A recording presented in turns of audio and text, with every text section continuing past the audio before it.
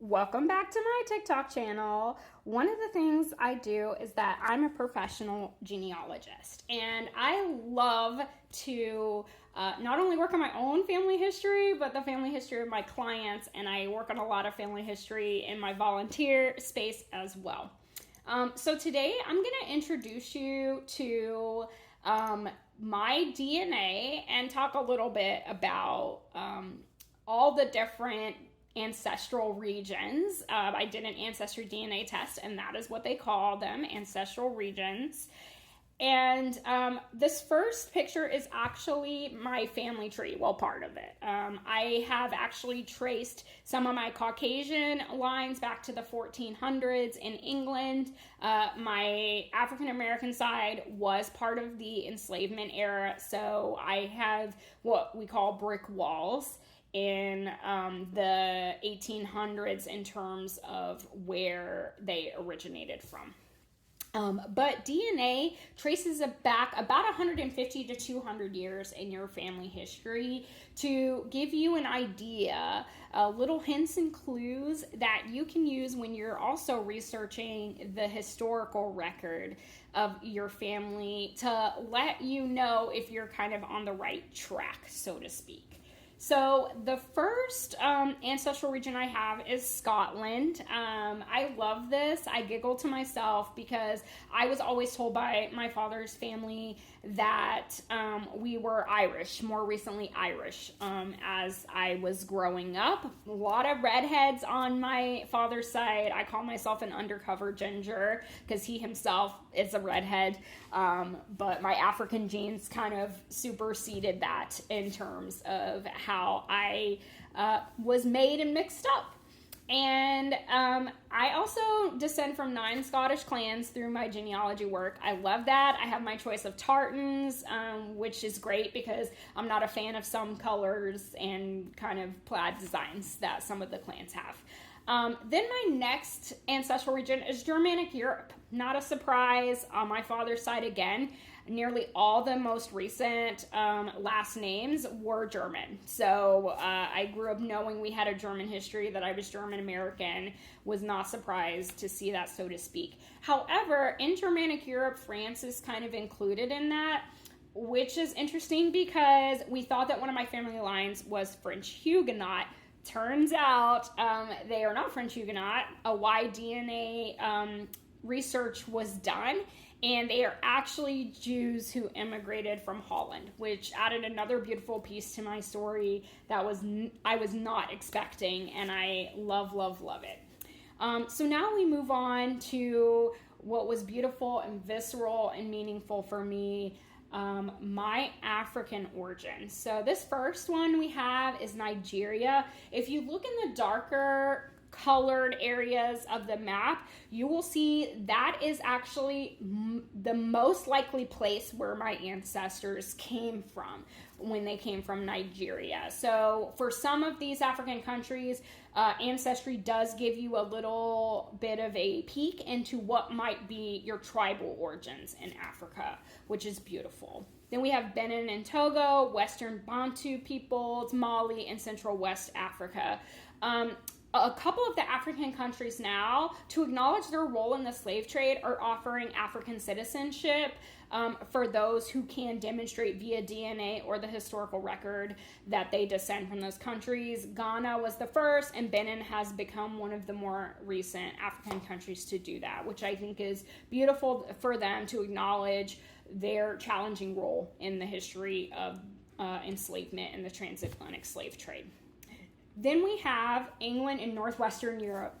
Now, growing up thinking I was Irish, I don't know why this didn't occur to me, because Ireland was part of the United Kingdom, Scotland also part of the United Kingdom at one point.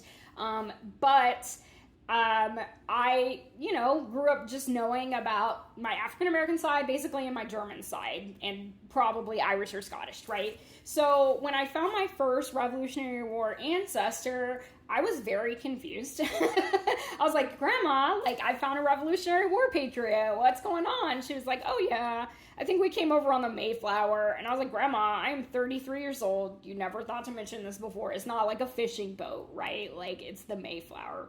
But anyway, great like story in terms of how this led to even more family discoveries for me, but in hindsight, historically, should not have been surprising, right?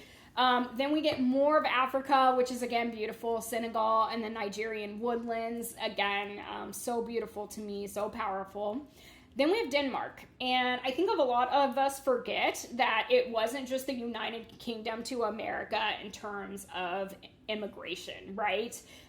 People immigrated from other countries to the Americas, and then they also immigrated within Europe and Asia and Africa before that as well, right? America is not the end-all be-all. We still aren't, we never were, which is great, right? But I don't even know why it didn't occur to me that we could have immigrated from a country other, or a land area other than the United Kingdom. So then we have Irish DNA. So it's there, but unfortunately for my dad's side, it's only on my mom's side. And there's stories about why a lot of African Americans have Irish DNA, but that is a video for another time. Then we have Cameroon. In Spain, again, Spain, right next to the United Kingdom, their history, you can't even separate it from the United Kingdom, even if you wanted to, so not really a surprise there. And then my last African country is Ivory Coast, Ghana. So again, more than 200 years ago, I could be from all over Africa, have no idea, but my DNA record just will not demonstrate that due to DNA being copied and copied and copied. Now, here was my big surprise, was maritime Southeast Asia. Like, off the cuff, I was like, who had time for a Southeast Asian vacation during enslavement?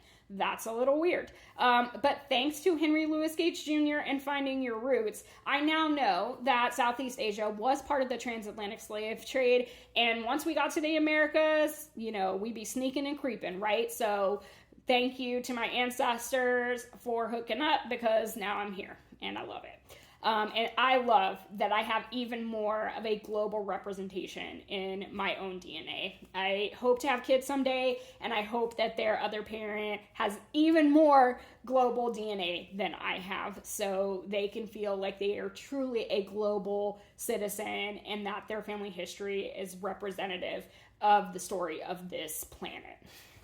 And then we have Indigenous Americas North. This also makes me giggle. Henry Louis Gates Jr., with his African-American guests on Finding the Roots, always asks them at the beginning, like, oh, hey, do you have any Indigenous DNA? And they're like, oh, yeah, my whatever times great-grandparent was like, you know, Cherokee or whatever. And then it turns out at the end they have no Indigenous DNA whatsoever. And he says that's totally a common thing. It's a story a lot of us heard, but not the case. Now I kind of wonder how many of us weren't Indigenous, but were in fact had Southeast Asian DNA. So that's like a little question that pops around in my brain all the time. But I do love it. It is on my maternal side. So even though I had Pilgrim ancestors, I don't have any representation of that DNA on my paternal or Caucasian side.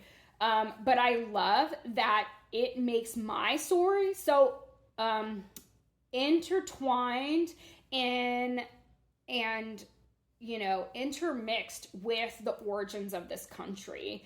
Not just because of the 250 years of military service my family has given primarily to the Army, but also because whether it was by love or by force, that mating of those people in my family history meant that became part of who I was. And I am so thankful that and so grateful. So please let me know, what do you think? Have you made any discoveries? Are you interested in learning about your family history? I can't wait to see your comments.